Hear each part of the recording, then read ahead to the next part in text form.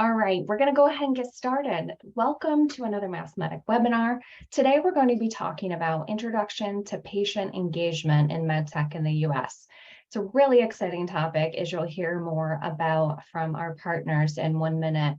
But we have worked this last year, really led by Alira Health, to develop this playbook that you're going to hear about. And it's super exciting as a patient myself. If you haven't had the chance to meet me, I'm Nicole Owens, the Director of Marketing Communications for Medtech. We are a membership-based trade association for medical device industry in New England and beyond. We work to bolster the industry through events like this, connection, advocacy, and awareness. Just a few quick housekeeping notes in regard to today's program. It is being recorded, so everyone who registered for it will get a chance to see it after.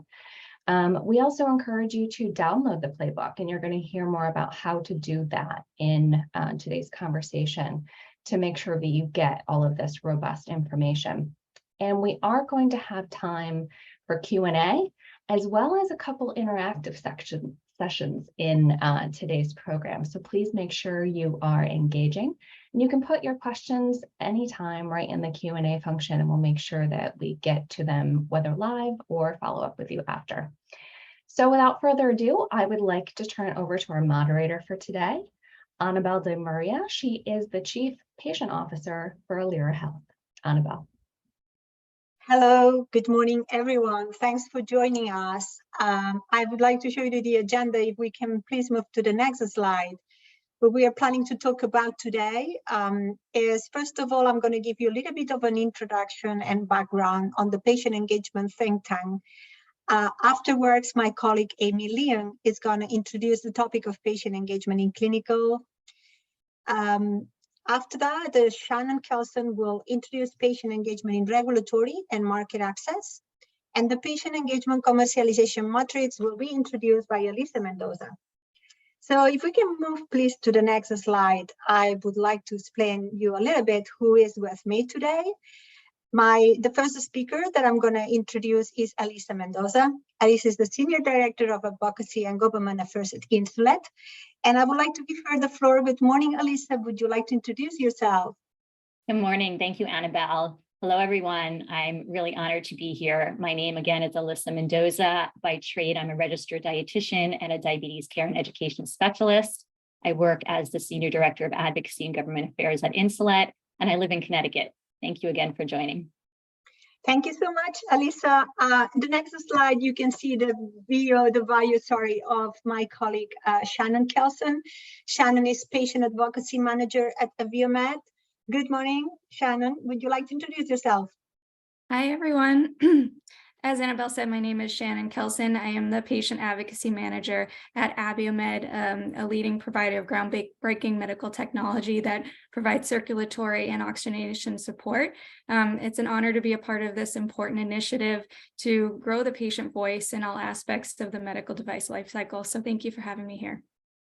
Thank you so much, Shannon. So last speaker is Amy Leon. Amy is President and CEO of Health Motivation, but Amy is also a patient advocate from the Center of Patient Advocate Leaders. Good morning, Amy. Oh, sorry, Amy, you're on mute.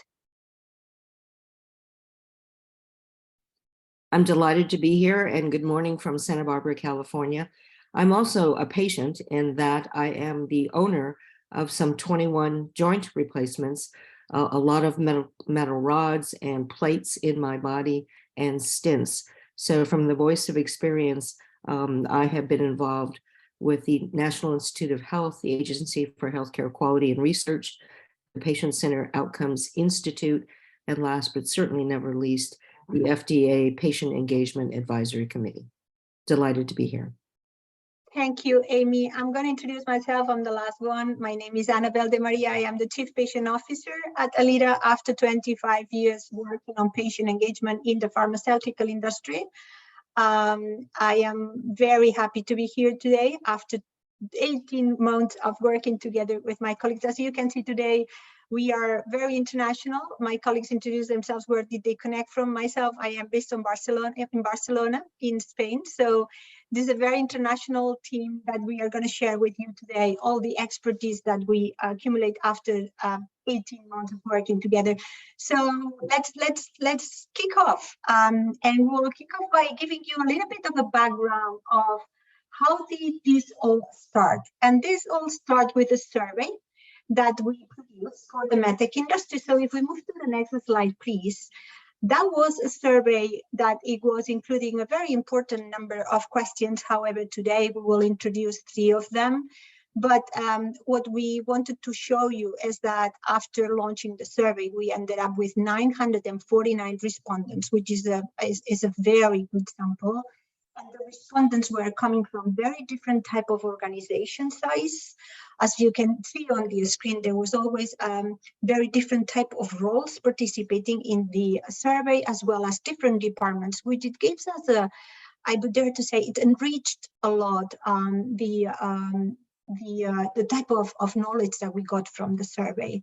So as an introduction, I would like to explain you how or what were the most important questions that we raised during that survey, that it helped as a foundation of the work that we have done.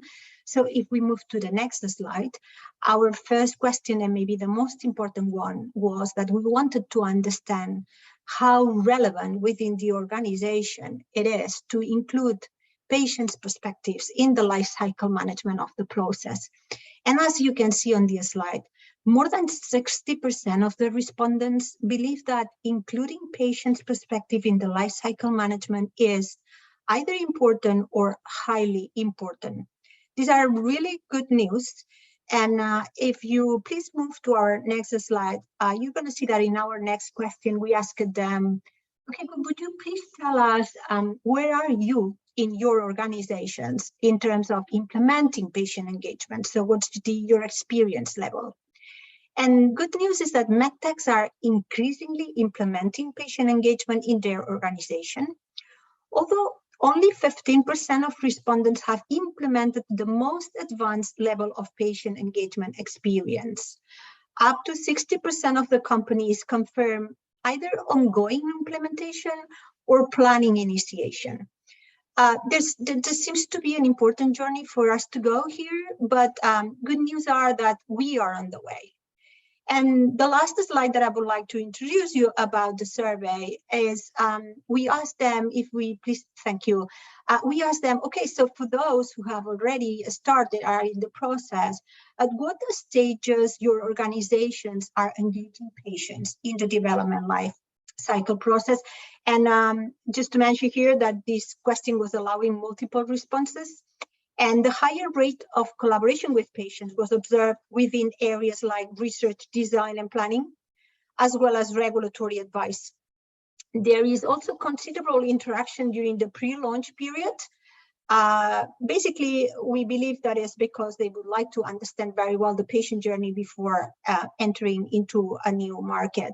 So as you can see on the screen, there's areas like HTA or pharmacovigilance or even during the post-launch where the interaction with patients is not that high.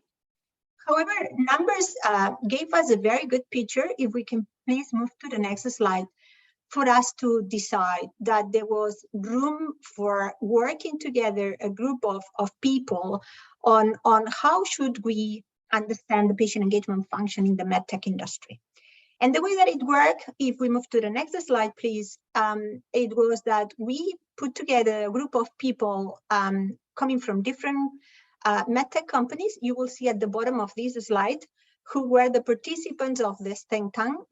This was based on companies coming from different sectors like 3M, Biomed, Boston Scientific, Exact Science, Insulet, and Smith and a few. We also had Medtech working with us. We for sure needed the vision of the patients in this group, and that was that came from the Center for Patient Advocacy Leaders, who were participating in the group with 4 patient advocates. And finally, Adira Health was moderating the whole process. The way we did it was by setting up different sessions. They were all on the format of a workshop. We started back in September last year in 2021 with the identification of gaps and opportunities within the patient engagement. And then we decided to focus our efforts on based on the whole life cycle management of a medical device or a diagnostic tool. We wanted to understand in each of our workshops how patient engagement should look like in each of these stages. So we focus our second workshop in clinical, our third workshop in regulatory, and finally, last workshop in pre and post commercialization phases. This was all with the aim, with the objective to define the role of patient engagement in the medtech industry, to ultimately develop a framework, which in our case, it became the so-called playbook, that the standardized patient engagement practices throughout the lifecycle management of medical devices and diagnostic to enable medtech participants to better serve patients' needs, increase access, and improve outcomes. So what you're gonna listen today through the different presentations is an extract of information from this playbook that you can all download from the website, where we will, at the end of this presentation, we'll show you the how. So what we'll see today is an extract of the most important information coming from this playbook. But before starting this presentation, I would like to just, if we can please move to the next slide. I would just like to read aloud what is the definition of patient engagement that the think tank ended up with.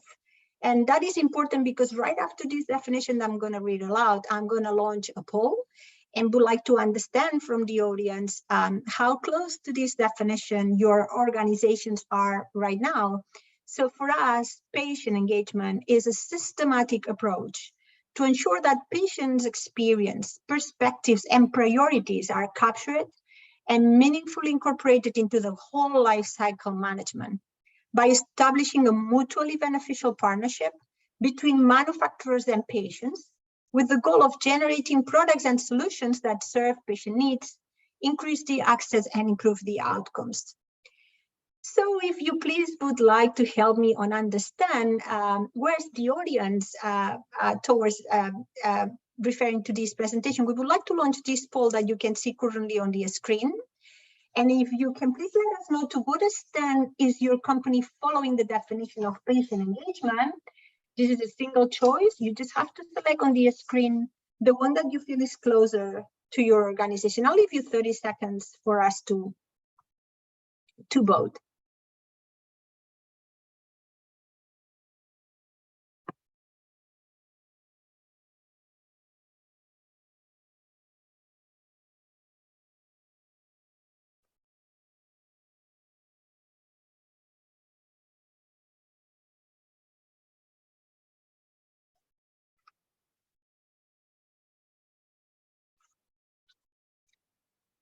So this is an easy one. I think that we can close the poll and see the results. Look at this.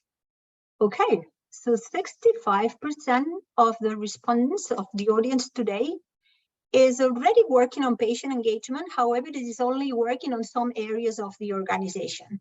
I'm happy to see that 12% is fully working on patient engagement on all areas. This is really exciting. And for those who are not started yet, that's totally fine. I guess that today we're going to give you some tips and ideas on where you can start from. So thank you so much. That gives you a very good idea and a picture of where is the audience who's attending today. So with this, I'm going to pass the floor to my colleague, Amy. She's going to focus on explaining you what is the playbook summarizing about patient engagement in clinical. Thank you, Amy. Great. Thank you, Annabelle. I really appreciate that. If we can go to, yes, stay at that slide, please. As Annabelle has indicated, and as we all know throughout the country, there has been a cultural shift in the way that society is understanding the patient's role in healthcare.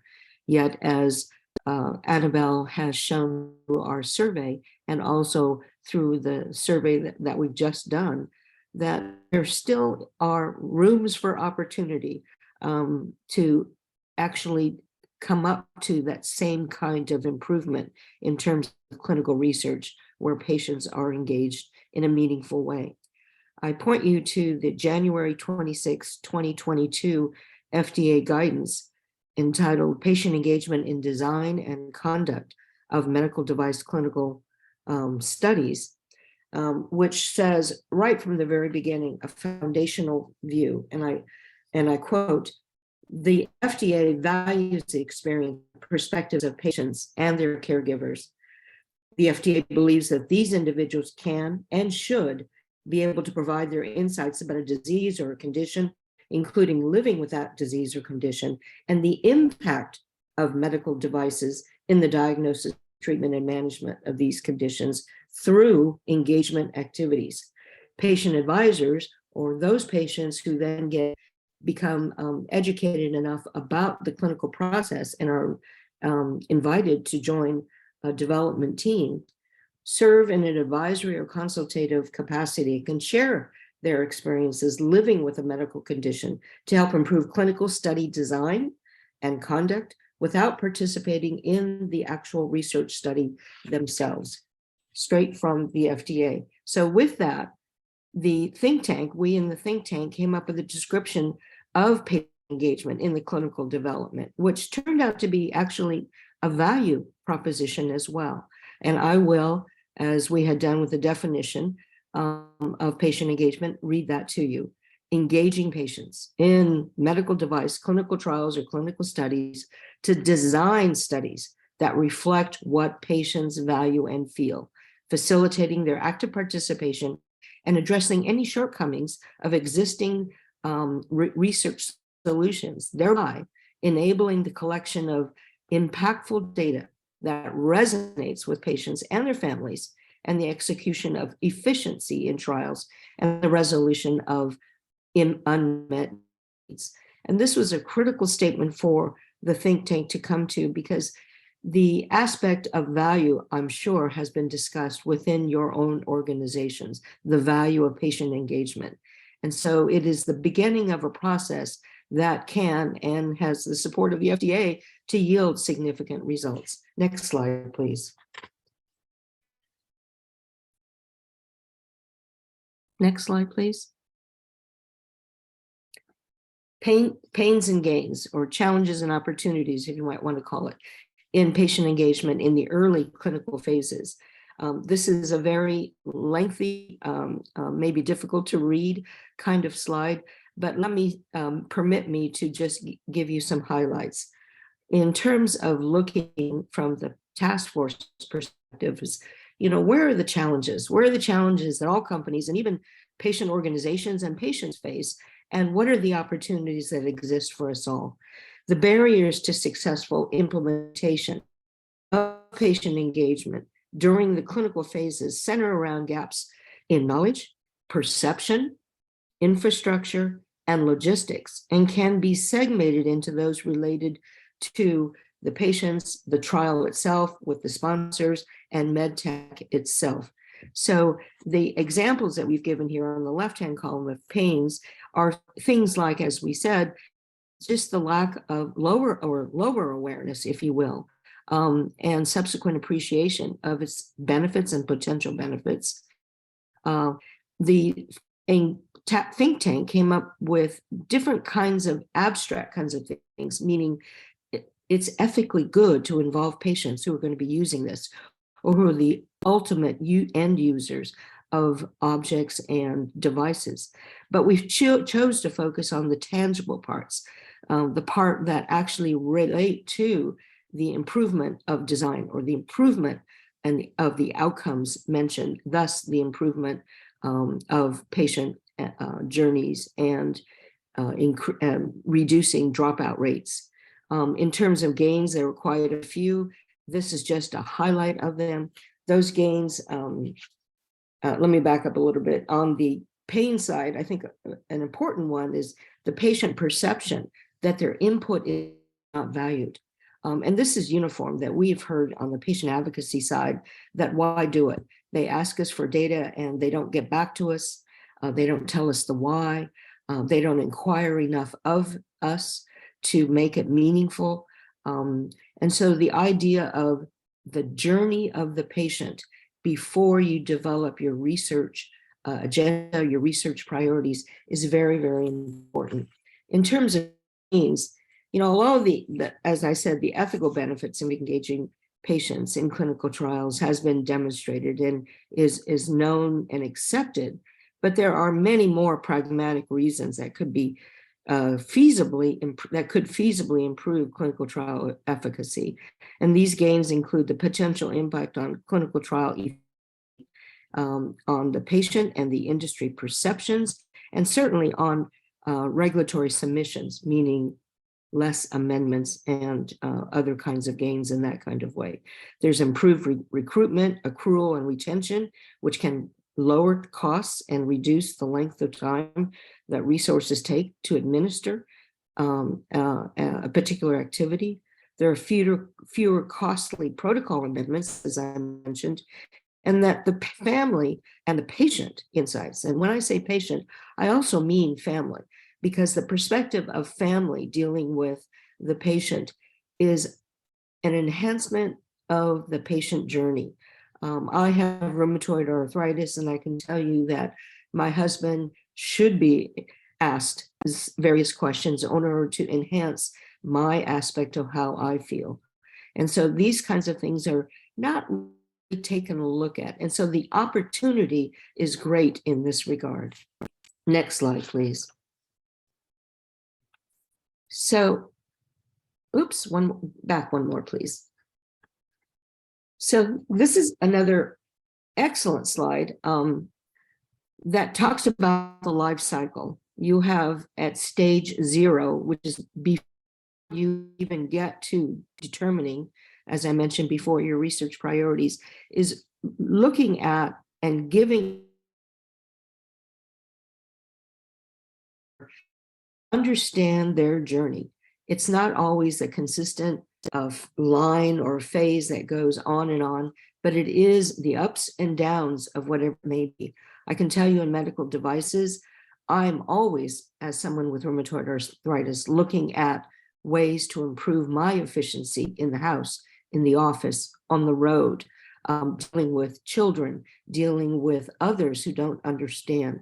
And so the knowledge, the explanations, the communication, and then the applications are really important. And unless a company really gets into it in a deep way, and I know the question is, well, how are we going to find these people? And we'll come to that in just a little bit. It's really important to set out the intent to look into that patient journey, because they will be different. They will be different depending on they're on medications, if they have access to care, if there are economic issues or work-related issues.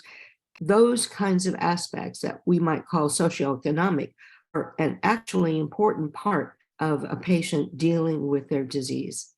And so there's different kinds of ways of doing this. You analyze that patient journey, you talk to the caregiver, you give time and listening opportunity to understand even the way it's described by a patient and the caregiver. The second piece is moving on to your research priorities. It's important to do this between what that patient is saying and the inefficiencies of whatever might be in terms of your project and your device, and really what are unmet needs.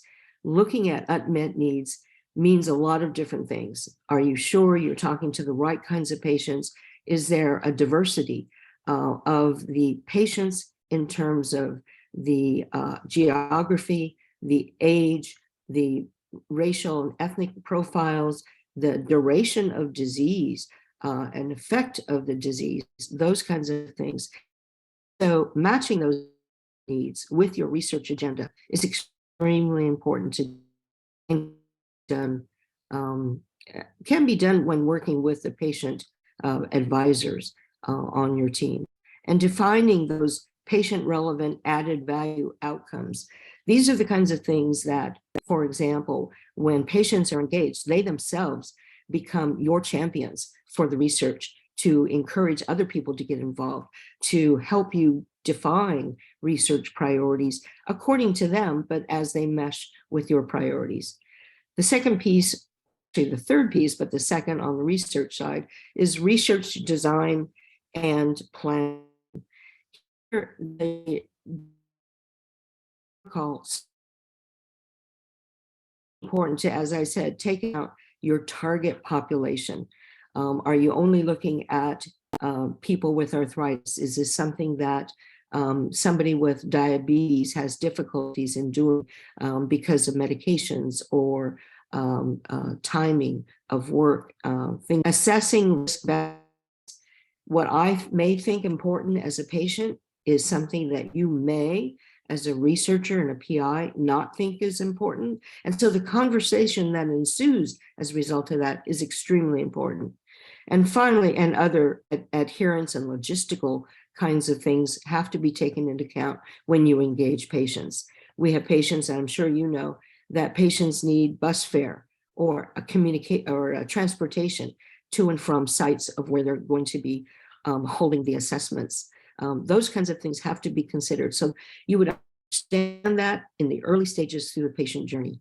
And then finally, that leading to the third, research, conduct, and operations. And here is where patient adherence, improving access for patients to get involved in research. And these are where opportunities like clinicaltrials.gov and other many websites like that who can be very, very helpful. Hospitals have listings of their own. This improves communication with trial participants when you have a patient advisor on board who can look at the different kinds of protocols that need to be approved by the patient. Is this patient friendly? So there's a variety of different things that can be done, but we give you an idea what this process is and how patient engagement can be active and activated in those areas. Next slide, please. Oops, there was a question there. Now we are passing the floor to Shannon, Amy, for the next topic. Okay. Right? There was a question though. No, there's a poll. We Poll.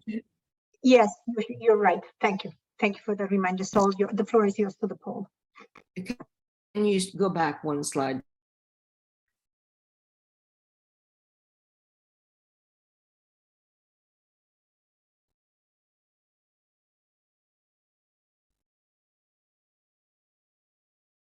There we go. So this is a time when we want to hear from you and that you can hear from everyone else who's on the call. The question we're asking you in this area is your company assessing with patients the protocols of your clinical trials and clinical projects? The first choice is not at all. Second choice is just in some specific trials. And the third is every protocol is checked with patients.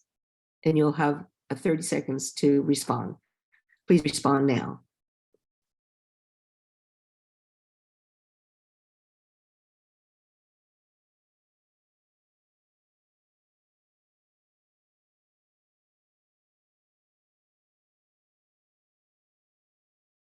Okay, if the last has come in, can you please bring it up, the summary?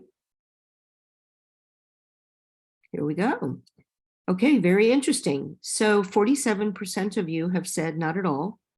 So lots of opportunity in front of you.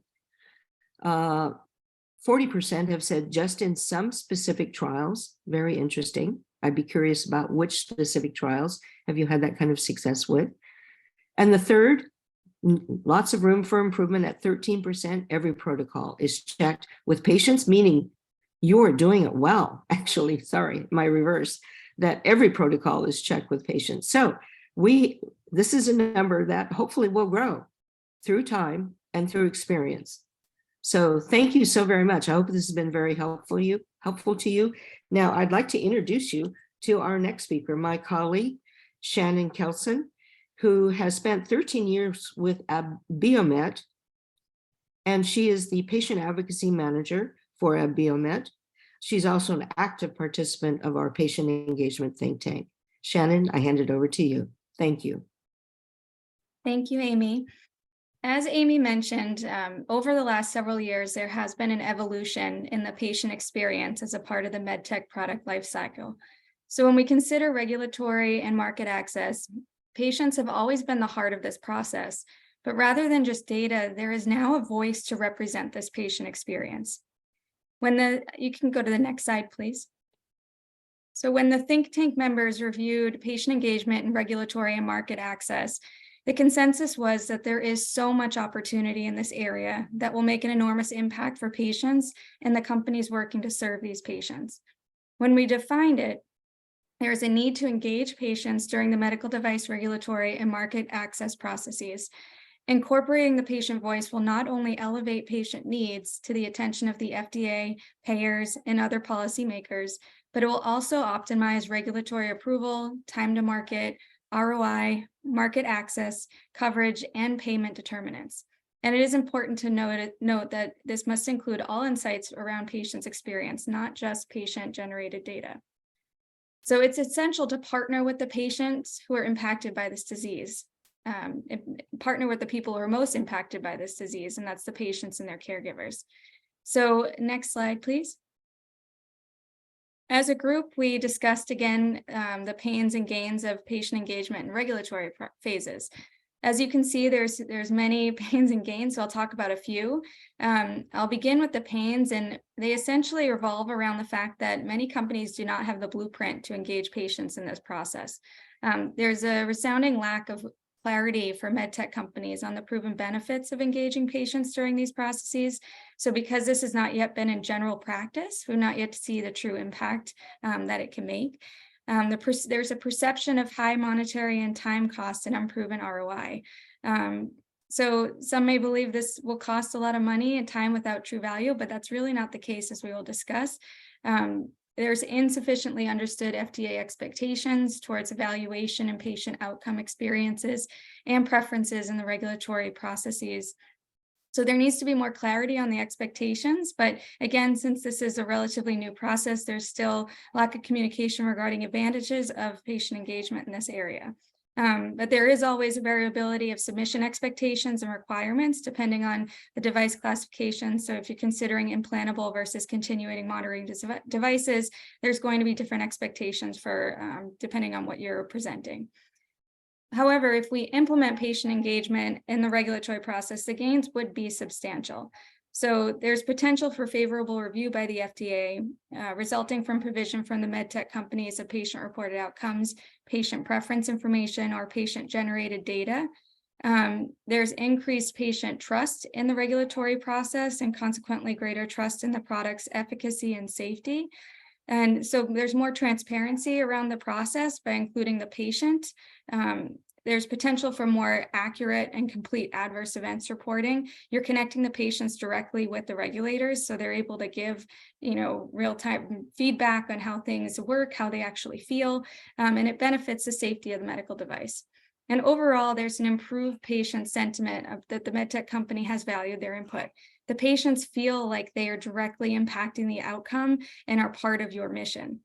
So although data is imperative to this process, the voice of the patient is bringing new life to the process.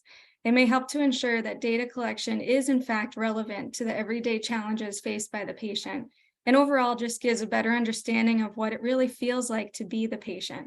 This is really a partnership between the medtech company and the patients the company works to treat. The next slide. So regulatory and market access really go hand in hand. When we reviewed pains and gains of market access, you can see many points again listed. To cover a few, there's lack of payer guidance and the role of patient engagement during this process, including the extent which the patients can be involved in the process. So many don't know it's an option to engage patients during market access. There's lack of understanding of the extent to which payers value patient engagement activities and real-world evidence. Again, around this common theme of just the knowledge, and really it's something when we look at this, it's something we need to take on to ourselves to educate people that this is something we can do. There's variability in payers' expectation, acceptance and utilization of patient-reported outcomes, experiences, and patient preference information. And really the gains of enhancing patient engagement in the market access process greatly outweigh the pains. So there's the potential for market access advantages due to generation of patient engagement data. such as patient-reported outcomes, patient-reported experiences, patient preference information. So some of the advantages might include establishing, sustaining competitive reimbursement, convincing payers of efficacy and cost savings associated with the device, and opportunity to increase available data for payer measurements of patient quality of life and burden. Additionally, there's a more compelling story. So if payers receive insights from a patient in the form of testimony or letters, and from the patients, providers, or family members, it ultimately puts a face to this data and makes it more human. And there's greater patient impact directly on the market to achieve access to a medical device they desire or otherwise need to improve their quality of life or lessen their burden. So this in turn gives the patients the power to influence access to care for others who may benefit. Next slide. So when we're looking at areas and ways we can increase engagement, regulatory, and market access, in terms of evaluation dissemination, you can involve patients in the assessment of challenges, opportunities, barriers, and levers in regulatory framework. You can include them in involvement of conformity assessment, which determines requirements are met for that medical device, and participation in regulatory affairs activities like package leaflets, user instructions, or additional materials that you might be able to distribute. And additionally, you can engage patients for HTA and pharmacovigilance, so assessment of value, patient-relevant outcomes, and patient priorities. And lastly, design a real-world evidence plan, including quality of life and patient-relevant outcomes. Really just including the patient in every area of this process. So I'm now just going to pass it on to Alyssa Mendoza to discuss the patient engagement of commercialization. Thank you, Shannon. Next slide, please. So there are also barriers to patient engagement in the commercialization of a device. Next slide, please. There are two dimensions that the think tank looked at related to the barriers in commercialization. One is presentation rate, and two is the likelihood of diagnosis, treatment, or quality of life. In order to overcome these specific pains, you need to work on both of these dimensions and have effective activities that focus on both. I'd like to talk about a little bit about the presentation rate first. What it means is the degree of patient appearance at the specialist office. So what can contribute to this and maybe this inhibiting people attending the physician's office? So one is that patients are very different. They have different backgrounds and different ethnicities, and this can present challenges for specialists. So if you think about COVID was really challenging. If a woman found a lump in their breast pre-COVID, there's a specific journey and they'd see the specialist pretty quickly. If they found it during COVID, it would really limit the time that it would take the person to unfortunately see the specialist. The second one are referrals. When you see a specialist, it takes an awful lot of time to see that specialist. If you put a referral into that process, it extends the time.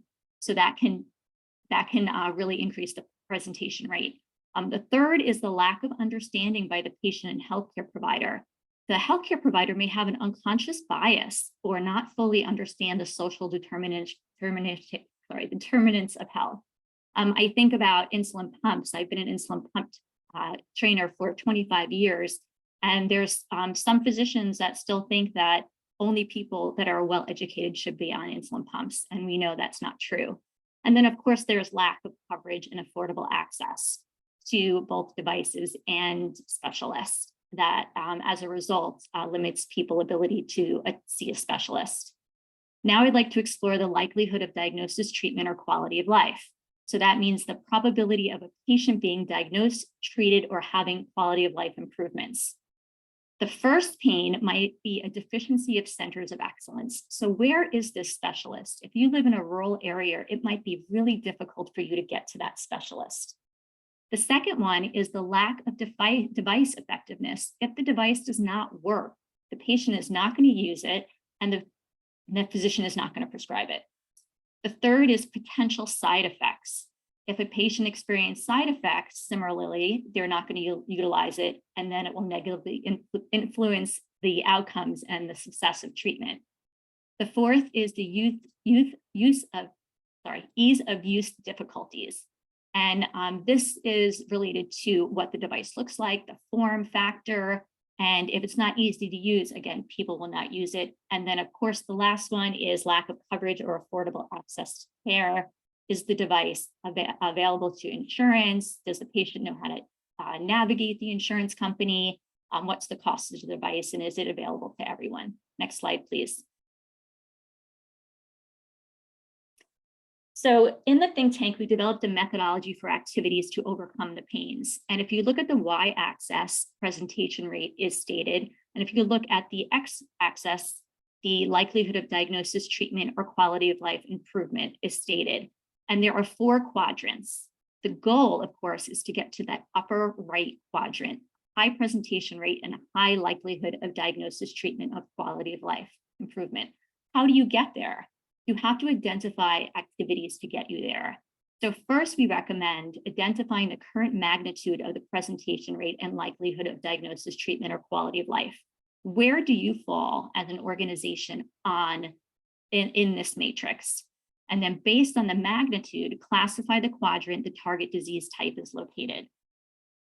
The initial activities target for each dimension will be based on the quadrant the target disease is located. So for example, in the lower right quadrant, low presentation rate, high likelihood of diagnosis, treatment, or quality of life, you might have a patient that is very, very eager, very motivated, has access to treatment, however, is not able to see a specialist. So what activities can be done to get that patient to see that specialist?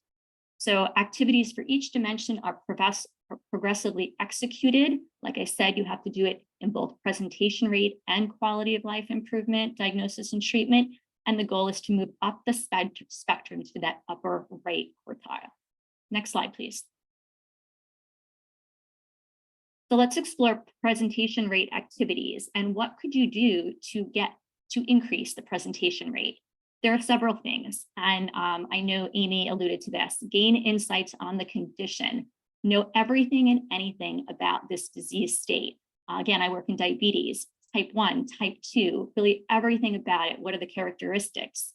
How is it diagnosed? What are the socioeconomic factors that impact it?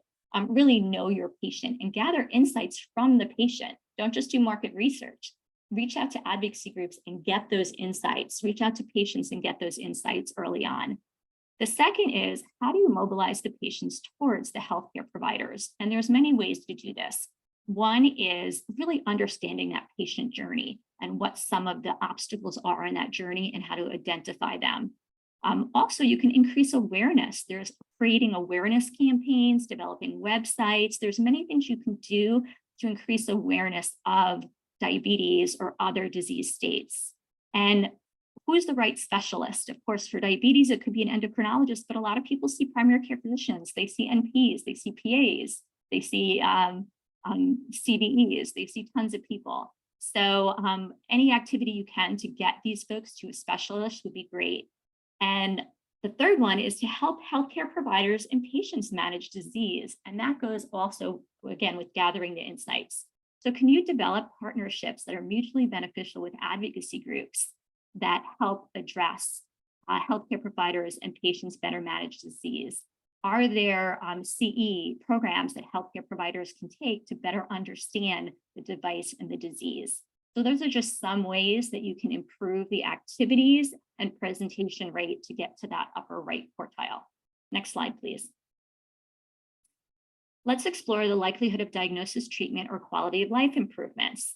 And this extends all the way back to R&D, like Amy said, and that is really involving people in the development of the devices. So again, what is that form factor? Is it usability trials, accessibility challenges, R&D, really early on. So we're really thinking about things throughout the patient journey.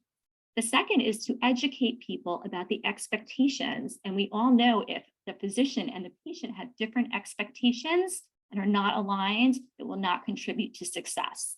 So could there be education programs? Could the physician and the patient dialogue discuss this in advance so they are aligned in terms of what this diagnosis, treatment, or quality of life improvement goals are? The third is to support patient access. And, I know in the community I work with, this is just so huge right now. People that need the devices cannot necessarily afford them. They don't know how to navigate insurance companies. It's so complex right now. So can you develop tools to help them understand how to navigate and advocate for themselves with insurance companies, with their employers? Can you develop financial options and provide assistance for that? So what can you do to help that person get affordable access to your device? The last thing is to design adherence programs. So how do you keep this person on the device? What can you do? Are there apps? Are there behavioral tools? What are the barriers and how can you address them through educational tools and resources? Next slide, please. So just as a summary, the executed activities that you think of based on where you are in that matrix to get to that upper right quartile lead to gains and in the commercialization process. So as far as presentation rate, you need to gain insights on that condition and know your patient, know the journey. You need to mobilize these patients towards the healthcare provider. Who are the appropriate healthcare providers? How do you gain access to them? How do you mobilize them to get there? And then you have to help patients and healthcare providers manage the disease. What are the goals? Are they aligned in the expectations? Will contribute to success and a higher presentation rate. If we look at the summary of higher likelihood of diagnosed treatment or quality of life improvement, starting early on in the patient journey in the life cycle process in R&D and really implementing all of the things that Amy talked about and generating those insights early on. Accessibility challenges, make sure you take that into consideration and all the other characteristics of the patient population. You need to educate them about expectations, and that goes back to the alignment. Is everyone aligned in the diagnosis? Do they understand the disease that they have? Do they understand their treatment path and what the options they have? And do they understand the quality of life improvements you get? If a drug causes nausea for the first week, they need to know that, and they need to get through it because the outcome in the future is going to be tremendous. But if they don't know the drug may cause nausea, they're going to stop it. So really, really align on those expectations. We talked about support and patient access. Again, tremendous right now. People don't have access that need it. How do we work with payers? How do we work with regulatory bodies? How do we ensure that people have access and know how to advocate for themselves and navigate that journey? And the last one is adherence programs. Let's make sure that people know and understand how to stay on these products, use behavioral tools, use gamification, use things that will really help them adhere and stay on the device or product. So with that being said, thank you very much. And I'd like to pass it on to Annabelle. Thank you, Alisa. Amazing work from the speakers. Thank you so much. We have a few questions from the chat that I'm gonna direct to the speakers. However, as a reminder, please, to the audience, whoever who may have any extra question, please chat it. You can leave it in the chat. But in the meantime, I would like to raise some of those questions for our speakers. And so I'm gonna assign this first question to Alisa, because it's kind of related of the corporate goal. And the question is, what's the stage of the life cycle management when I should start working in patient engagement? R&D, and even prior, if you have human factors, usability, what I do is I work with patient advocacy groups and I encourage my team, the teams throughout my organization to generate insights from these advocacy groups and apply it throughout the patient life cycle. So don't just start at commercialization, don't start at regulatory, start as early as you can in the process because those insights are going to pave the way moving forward and are going to contribute to success. Thank you. Is there any other of our speakers who would like to build on it? Maybe Shannon. I think it's a great point, Alisa, to say start as early as you can, but it doesn't mean you have to start at a certain phase. You can start in any order. Don't feel like because you didn't start in R&D, you can't start in commercialization. So you can always pull patients in and engage them regardless of what phase you're at. That's a very good point indeed.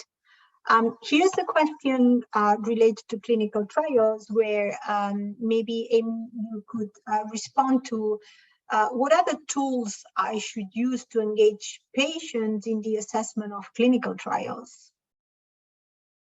And this is a very interesting question because it depends on how well you know the patients that you're dealing with. So I'm going to make a couple of assumptions here. Number one, that you have patients as a targeted population. You have identified that. And number two, you want someone who you, as a patient, and as the FDA calls a patient advisor, someone who knows enough, maybe from an experiential standpoint, like myself, or someone else who's actually in a researcher themselves, but also a patient, to talk with them, to engage them as a part of your development team. And so the conversations that the patient advisor is involved in is the same ones that you and your colleagues on the development team would be having. Participating as a patient, as I have done in these development team conversations, can be difficult for patients at times, but it was established very early on because of my lack of knowledge about the research process early on, that whenever I had a question, the group was willing to take time to respond.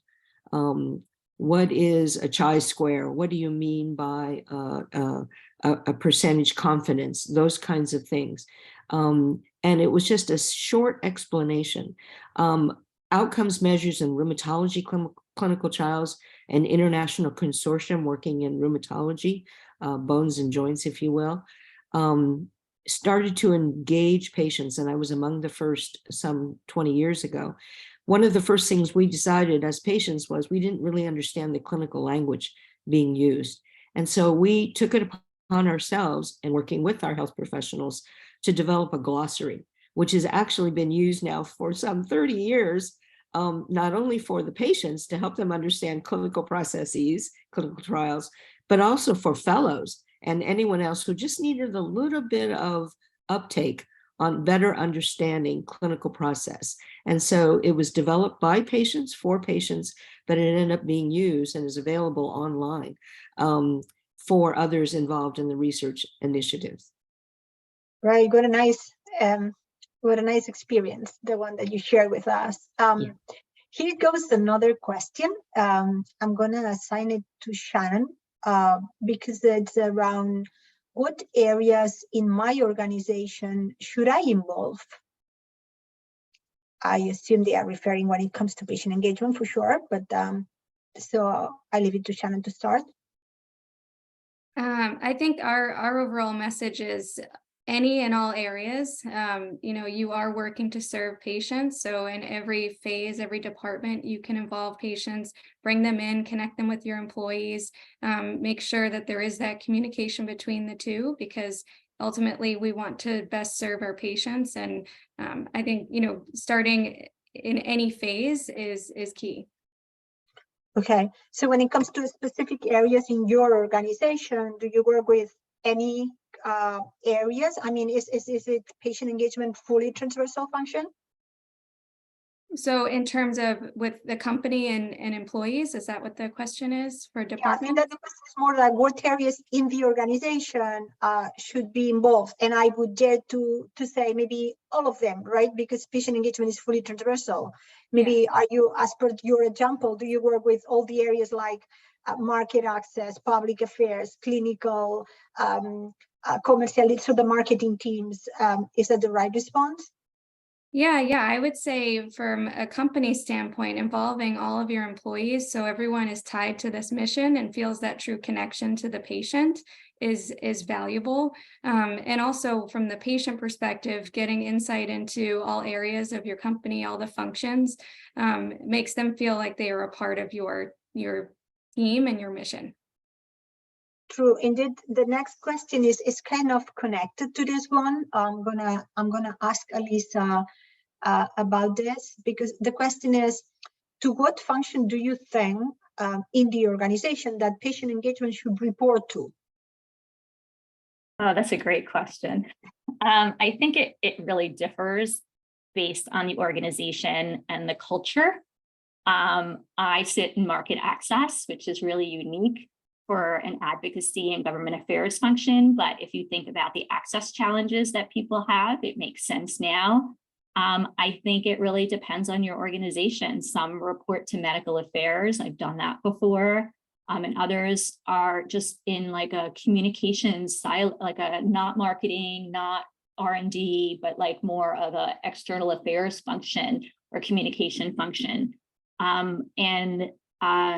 I think it just depends on your organization. Some people have chief patient officers, and the size of your organization and where you are in the life cycle of your organization. So I don't think there's a right or wrong. It just really depends. Agree. Annabelle, may I add, Annabelle? Sorry? Yes, Amy, please go.